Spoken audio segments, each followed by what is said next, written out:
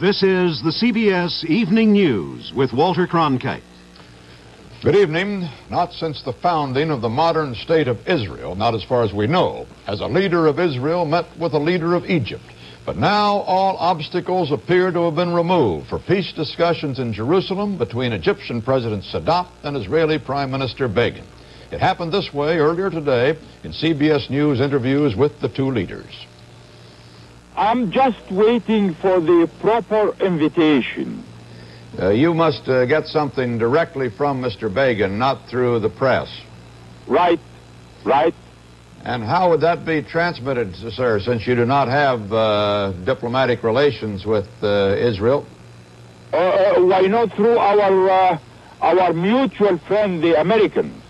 And I will, during the week, ask my friend, the American ambassador to Israel, to find out in Cairo from his colleague, the American ambassador to Egypt, whether he will be prepared to give us his good offices and transmit a letter from me to President Sadat, inviting him formally and cordially through the good offices of the United States to come to Jerusalem. We'll have more on the Sadat-Begin interviews in a moment.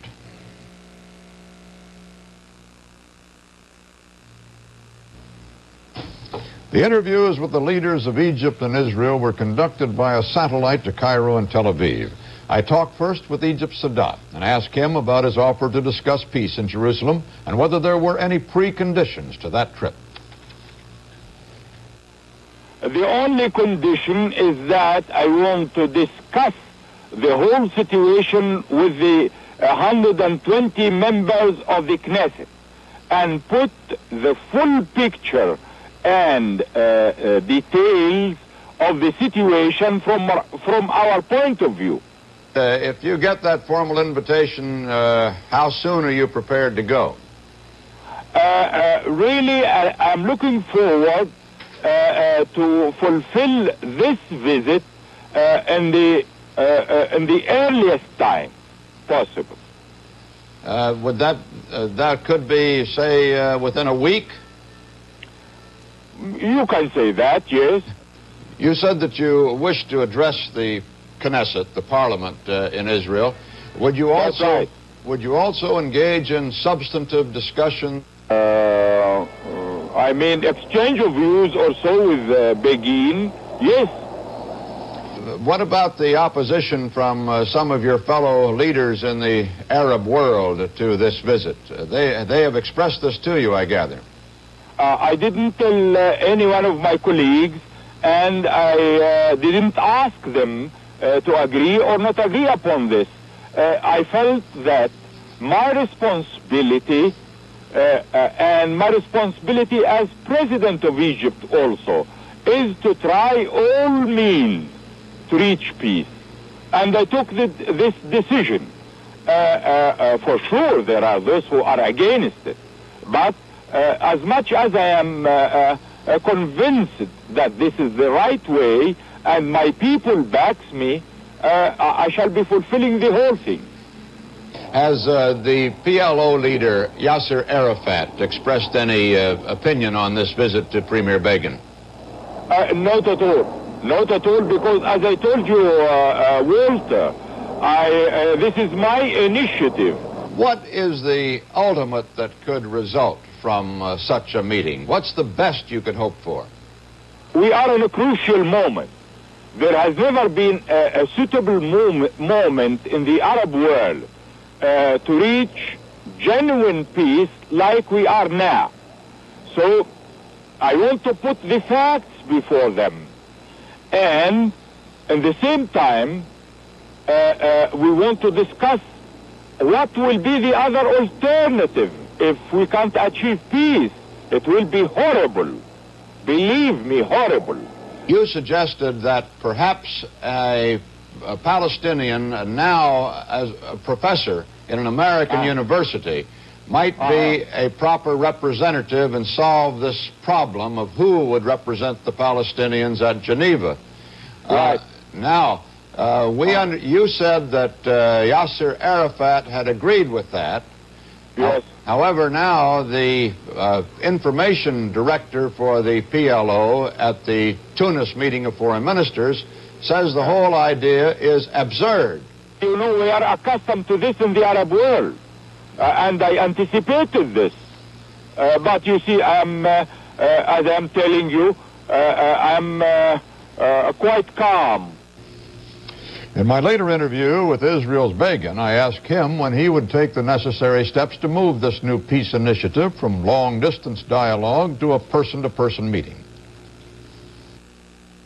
Tomorrow I will make a statement in our parliament in the afternoon, and I think that immediately after this statement I will get in touch with Mr. Lewis, my good friend, the American ambassador, and so find out.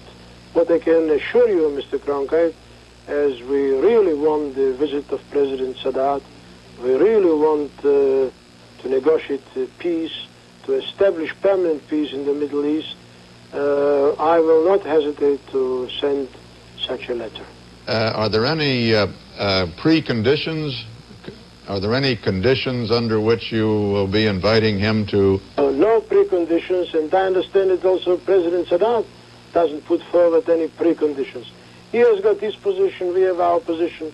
Let us sit together around the table and talk peace, and everybody will bring his position. He hinted to me this morning that he thought it might be possible that he would be going to Israel if the invitation was forthcoming within a week or so. Do you think that's realistic?